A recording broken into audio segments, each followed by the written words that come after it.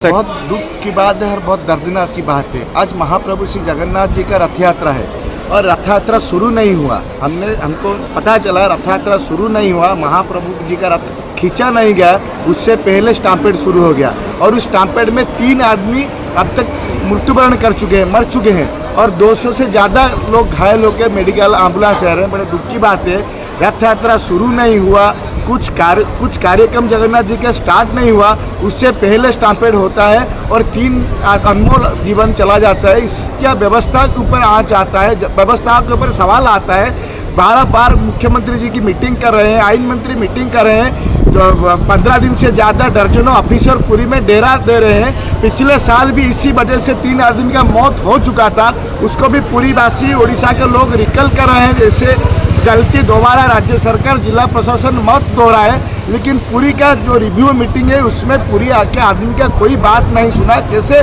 Stampede रोका जा सकता है, कैसे लोकल आदमी का एरिया का आदमी का कोई भी सजेशन नहीं लिया, अपने आप सब ठीक हो जाएगा, सब ठीक है ऐसे बताकर जो हमने पहले से भी पता चला था। प्रशासन दुर्बल है और निश्चित कुछ अघटन घटेगा। अभी आप जिला मुख्य चिकित्सालय में हैं, यहाँ की जो अवस्था आप देख रहे हैं, इस पे क्या, इसका क्या है, इस पे क्या कहेंगे? बहुत बुरी तरह व्यवस्था है। सोशल वर्कर अगर नहीं होते तो इधर और भी 80% मरीज का ट्रीटमेंट नहीं होता। प्रशासन की तरफ से ज़्यादा से ज़्यादा डॉक्टर यहाँ अपॉइंटमेंट होना चाहिए था, ऑफिशियल स्टाफ अपॉइंटमेंट होता। सोशल वर्कर तो उड़ीसा के विभिन्न स्थानों से आए हुए हैं, वो क्या करेंगे? वो सिर्फ स्ट्रेचर में एम्बुलेंस से मरीज को लेकर जो स्टैम्पेड में जख्मी हुए हैं उनको लेकर ठीक जाएंगे। कहाँ जाएंगे, किसके पास जाएंगे, डॉक्टर कहाँ पर है, कहाँ पर ट्रीटमेंट होगा, वो किसको कैसे उनको पता चलेगा?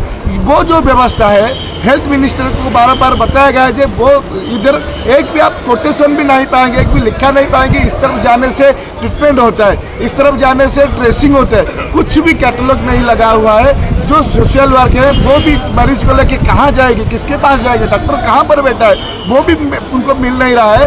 तो बड़ी बुरी तरह की मेडिकल की व्यवस्था है और उड़ीसा की जगन्नाथ धाम पुरी की मेडिकल में रथ यात्रा लाखों 20 लाख से ज़्यादा आदमी है, लेकिन प्रशासन का ये जो अवहेला, चरम अवहेला है। ये पहली बार ऐसा हुआ होगा देखने में, इतने ज़्यादा जो तादाद है। ये पहली बार देखने में मिला कि 3 आदमी रथ खींचा होने से पहले स्टैम्पेड में मर चुके हैं और 200 से ज़्यादा घायल अभी आ रहे हैं। एम्बुलेंस का लाइन लगा हुआ है, ना ठीक से ट्रीटमेंट हो पा रहा है, ना मरीज को ठीक से बेड मिल पा रहा है। मैं लगभग रूम से निकलता हूँ 9 से 9:30 बजे, तो मैं सोचता हूँ कि रथ यात्रा, मेरा सपना था कि मैं जाकर के रथ का रास्ता छूँ, मैं उसी के लिए निकलता हूँ। जिस समय बारिश बंद होती है तो सारे रास्ते बंद कर रखे थे। रास्ते की सिर्फ दूरी थी 650 से 700 मीटर मंदिर तक की, और लेकिन उसी रास्ते को घुमा करके लगभग बना दिया गया था 7.5 से 8 किलोमीटर। सारे रास्ते बंद कर रखे थे, सिर्फ एक रास्ता खोला हुआ था।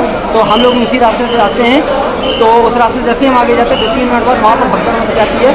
तो हम लोग सोचते हैं, मैंने देखा कि एक आंटी थी, उनके साथ एक लेडीज़ बेहोश थी, तो मैं उनको बचाने के चक्कर से मैं घेराव बना कर गया था। 2 लोग मेरे बराबर, जो मैं उसी रास्ते पर, जब ये घटना घटी आपकी मदद किसी ने नहीं की? कोई पुलिस वाला, कोई अधिकारी?